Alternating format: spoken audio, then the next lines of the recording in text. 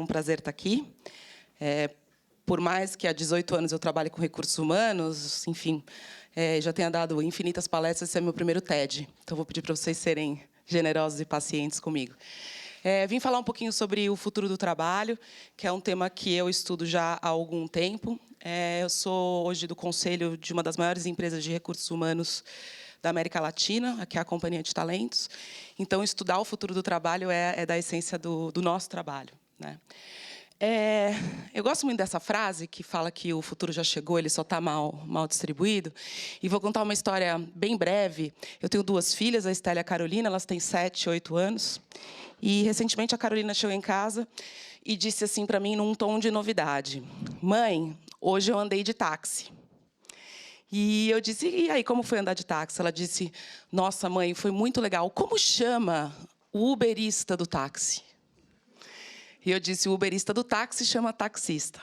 Ela falou: "Mãe, ele tinha uma coisa no carro dele que eu nunca tinha visto antes." "Ah, é o quê?" Ela: "Nem sei te explicar, espera aí que eu vou chamar a minha irmã." Então, veio minha filha mais velha e me disse que realmente ela nunca tinha visto aquilo. Eu falei: "O que era, então, que vocês viram no táxi de tão novo?" Ela falou: "Não sei o que era aquilo, mãe, mas eu acho que o taxista imprimiu o Waze e fez um livro." E eu fiquei bastante confusa.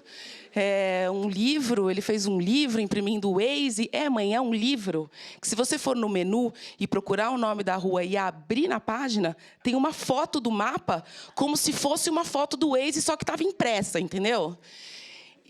E eu fiquei pensando sobre essa reflexão e me lembrei que, muito recentemente, eu fui visitar minha avó, que mora no interior, e meu tio mudou de casa, e eu perguntei para ela, peguei o Waze e falei: "Vó, como é o nome da rua do tio Paulo?" E digitei lá, ela: que é isso?" E eu disse para ela: "Isso, vó, é um guia de ruas no celular."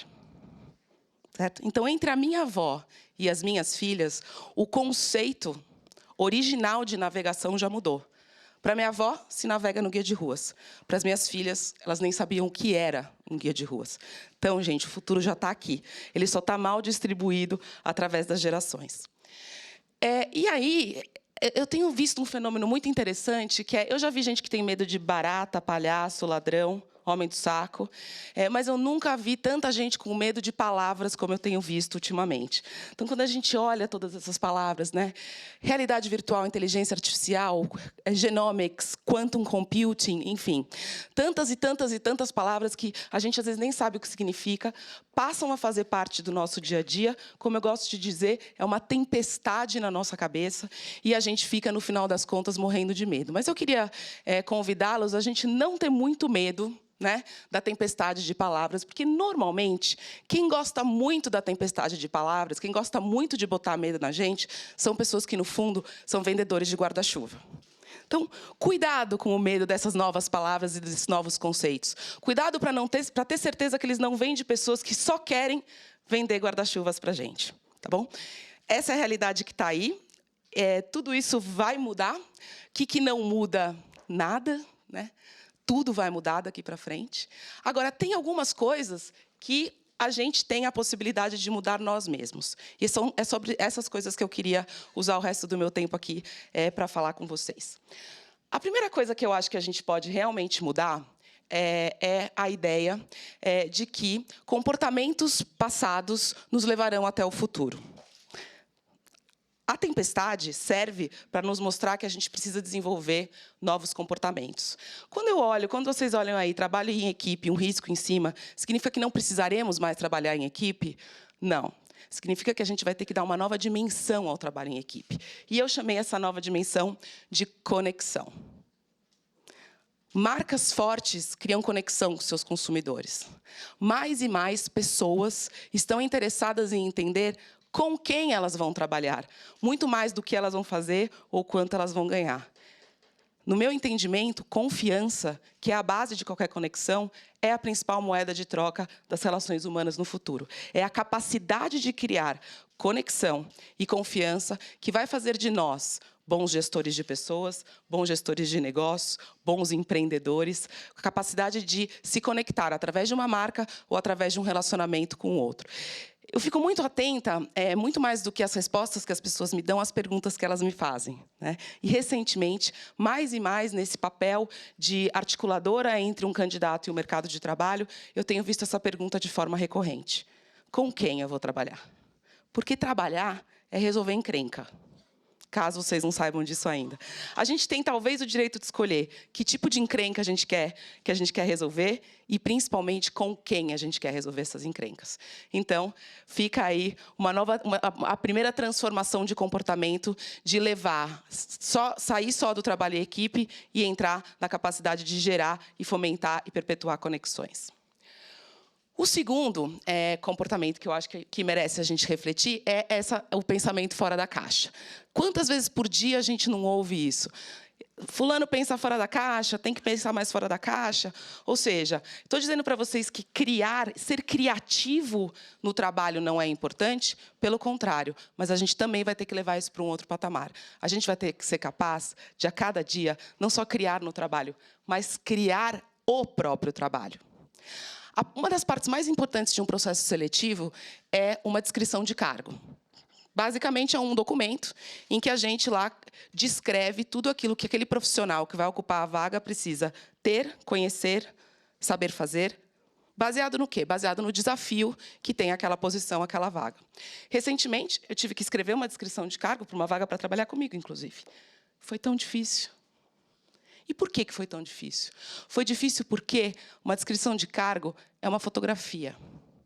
Ela reflete o que a gente sabe hoje sobre aquela vaga e aquela posição.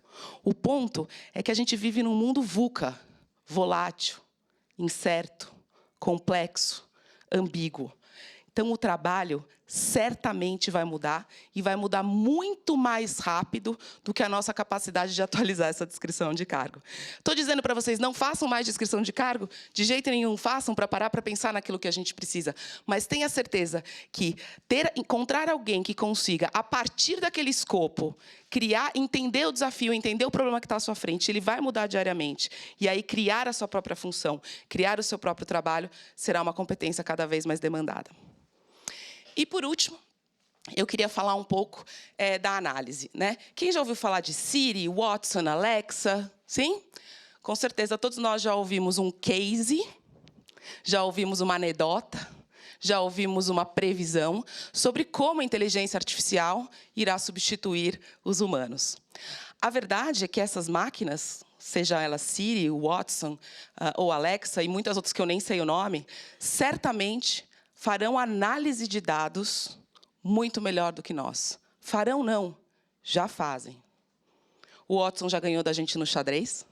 O Watson já ganhou da gente no Jeopardy. E todos os outros jogos que envolvam armazenamento e correlação de dados, provavelmente os computadores vão ganhar da gente. No entanto, os computadores não são capazes de fazer uma coisa muito importante, que será cada vez mais importante, que é a capacidade de refletir. Eu tendo a dizer que talvez 90% dos problemas que a gente tem hoje como humanidade não são problemas técnicos, são problemas éticos. Eu imagino que a gente já tenha condições hoje de produzir e distribuir comida o suficiente para ninguém mais no mundo passar fome. A gente não tem um problema de produção e distribuição. A gente tem um problema de responsabilidade, um problema ético. A fome na África subsaariana é problema de quem? Essa é a pergunta que a gente não consegue responder. Porque se a gente quiser alimentar o mundo inteiro, com a tecnologia de produção e distribuição que a gente tem hoje, a gente consegue. A gente tem capital, a gente tem terra fértil, a gente tem tecnologia. Quem já foi para Israel? Absolutamente incrível o que se produz no meio do deserto. Então, a gente é capaz. O problema não é técnico. O problema é ético, moral, de responsabilidade. Eu estava conversando recentemente com um filósofo e ele me disse que o que salvará os humanos, pensem bem, olha que interessante, não é a nossa consciência, é a nossa inconsciência. É tudo aquilo que está aqui no fundo da nossa mente e que hoje a gente não precisa se preocupar em acessar.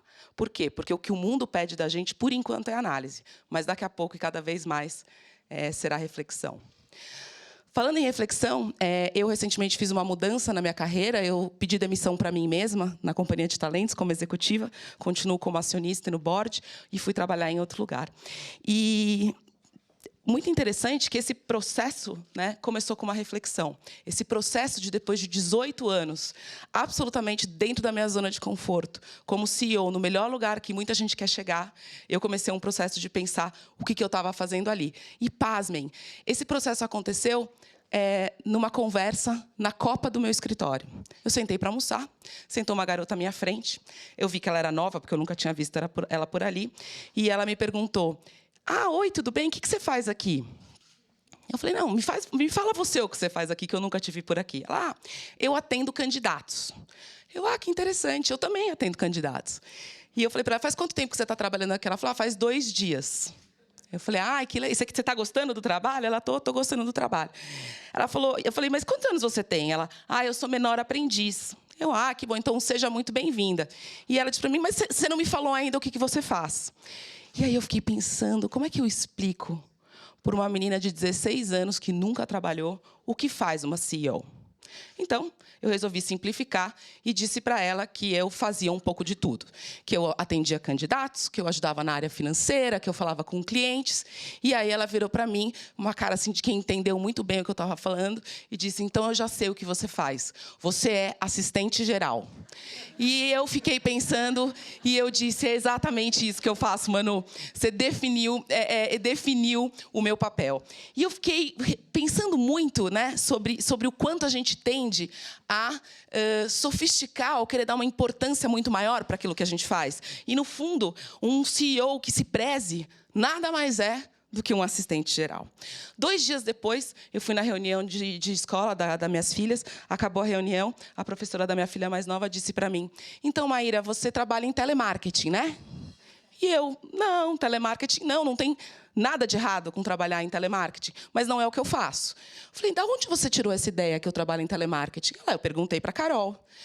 A Carol respondeu que eu trabalhava em telemarketing. Ela falou: "Não." Falei: "O que a sua mãe faz?" E a Carol disse: "Minha mãe faz calls." E a professora disse: "O que são calls?" Ela: "Eu não sei. Eu sei que ela põe um foninho assim, ó, e ela fala no computador o dia inteiro." E aí a professora deduziu, entendeu então que era telemarketing. Falou: "Telemarketing, ela é isso mesmo que minha mãe faz."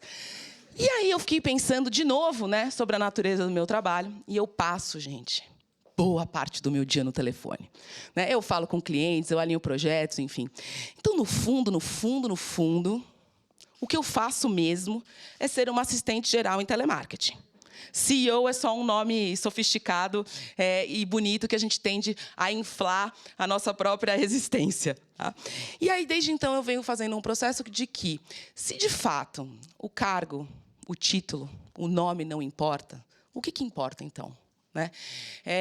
Eu não acredito que existe, infelizmente, apesar de adorar o Harry Potter, eu não acredito que exista varinha mágica para a vida que a gente vive aqui nessa Terra.